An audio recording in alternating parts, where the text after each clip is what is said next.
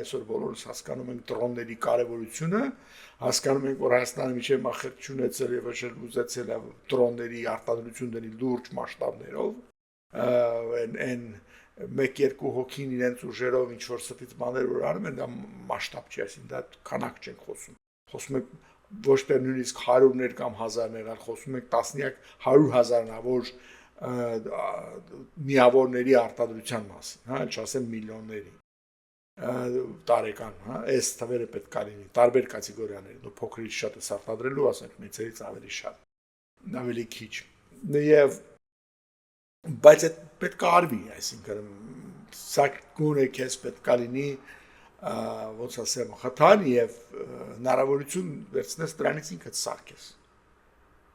հա այդպես բան այդպես աշխարհը այդպես դժվար բան չի հա եթե կարան պարսիկները սարքերն ուսնեն ծախեն ու նրանք վերցնեն ու լավացնեն կամ արտադրեն միլիոններով իրանք էլ Հայաստանն էլ կարա իր կարիքները ապահովի պետք է այդ ռազմաինդուստրիալ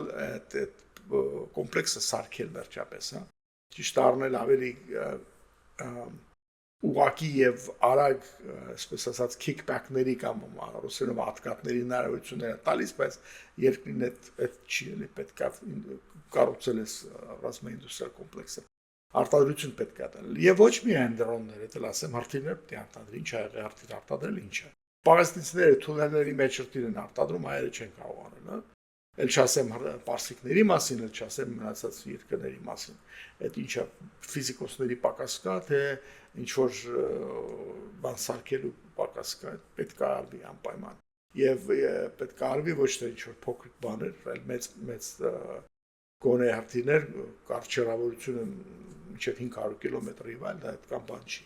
Որպեսզի կախված չլես, էլի 10%-ը չթռնի, որտեղ ռուսները կոդը փոխել են կամ թույլ չեն տվել քո Իսկենդերը, որի վրա մեծ հույսեր ուներ, իրապես գործ կատարի, որովհետև կամ իրանք կանգնեցնում էին կամ կոորդինատները, որ հրթիռի մեջ դրված է, նախորդ հայտնում էին ադրբեջանցուն եւ այլն, որ այնտեղ վնաս չտանգած։ Խոսքով այս բաներից խուսափելու համար sense բանը պետք է Հայաստանը ինքը արտադրի։